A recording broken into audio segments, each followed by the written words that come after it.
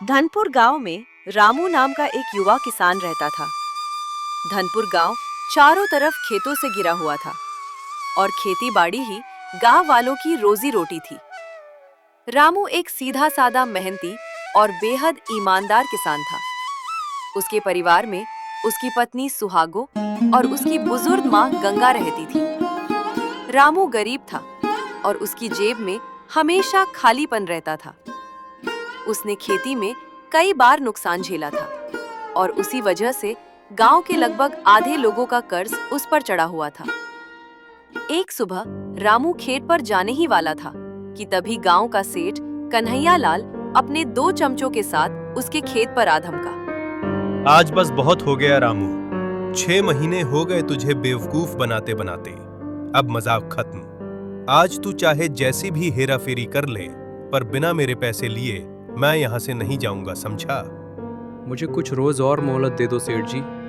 खेती में इस बार बहुत नुकसान हुआ है। नुकसान कुछ नहीं। पूरे गांव में खेती हो रही है और सबकी फसल बिक रही है। लगे हाथ ये भी सुन ले, तुझे पैसे देना है ही नहीं, बस बहाने बना रहा है। ऐसा मत कहिए सेठ जी, पूरे गांव को पता है कि मैं कितना मेहनत करता हूँ। गांव वालों को तेरा शरीफ होना दिखता है, मुझे नहीं। मुझे बस मेरा पैसा चाहिए। और हाँ, 10 दिन में अगर पैसे नहीं दिए तो तेरे खेत और घर दोनों मेरे हो जाएंगे। इतना कहकर कन्हैया लाल वहां से चला गया। रामू का चेहरा उदासी से लटक गया। शाम को वो थका हारा घर लौटा।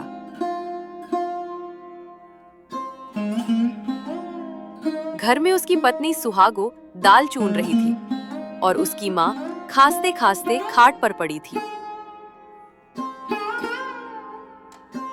कई रोज से गांव वाले तुम्हें खोजते फिर रहे हैं। आज सेठ भी आया था। हर रोज धमकी देकर जाता है। कहता है कि अगर पैसे ना दिए तो घर और खेत दोनों ले लेगा। मुझे खुद समझ में नहीं आता क्या करूं। मेहनत करता हूं पर किस्मत हर बार चोरी कर लेती है। कभी माँ बीमार हो जाती है, कभी फसल में कीड़े लग जाते हैं, कभी बारिश धो डालती है। पता नहीं मेरे भाग्य में क्या लिखा है। भाग्य भाग्य मत बोलो। गांव के आधे किसान पैसे कमा रहे हैं, तुम तो बस बैठे खाते रहते हो। मेहनत करने की हिम्मत चाहिए। दया का घड़ा लेकर घर नहीं चलता। रामू चुप रहा। ऐसे ही 10 दिन बीत गए। 10वें दिन सुबह रामू खेत के किनारे बैठा हुआ गहरे सोच में डूबा था। तभी अचानक एक बूढ़ा मुरीद सा फकीर उसके पास आया। बेटा, मुझे तेरे खेत के उस पार तक छोड़ दे।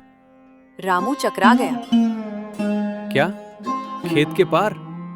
बाबा, वहां तो बस कीचड़ और झाड़ियां हैं। जो मुझे दिखता है वो तुझे नहीं दिखता। ठीक है बाबा, बैठिए। रामू बैलगाड़ी चलाकर उसे खेत के बीच ले गया। बीच में पहुंचते ही फकीर बोला,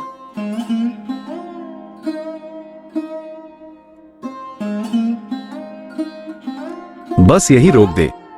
रामू ने अचंभे से देखा। बाबा, पागल तो नहीं? अचानक फकीर मुस्कुराया और उसके हाथ में एक सुनहरी डिब्बी थमा दी। ये 4 बीज हैं, जादू के बीज। इन्हें रात में चांद की रोशनी में बो देना। पर याद रखना, इसके बारे में किसी को पता नहीं चलना चाहिए, नहीं तो इन बीजों से फल आना बंद हो जाएगा। इन बीजों से निकले फल तुम बेच सकते हो।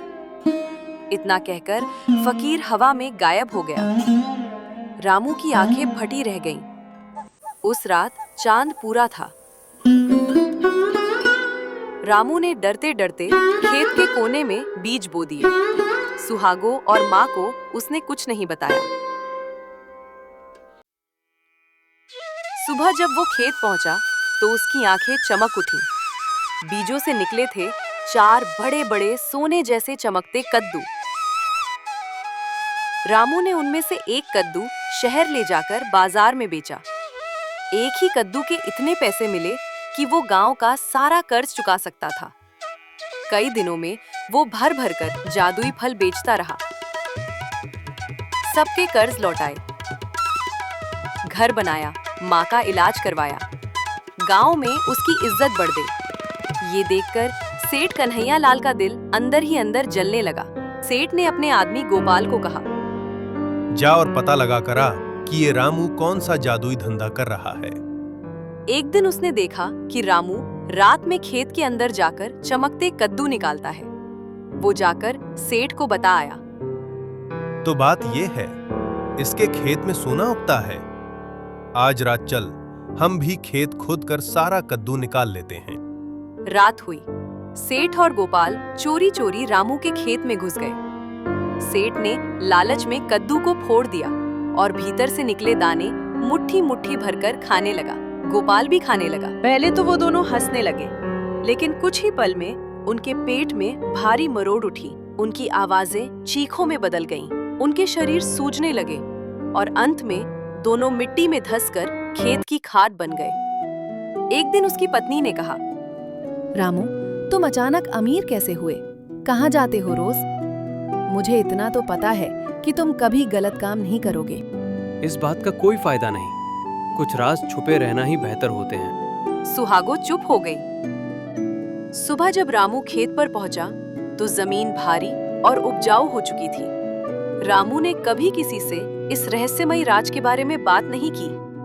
न उसने लालच किया और न कभी बीज खुद खाए। इस कहानी से हमें ये सीख मिलती है कि नेकी का फल मिलता है, पर लालच का फल हमेशा सड़ा हुआ होता है।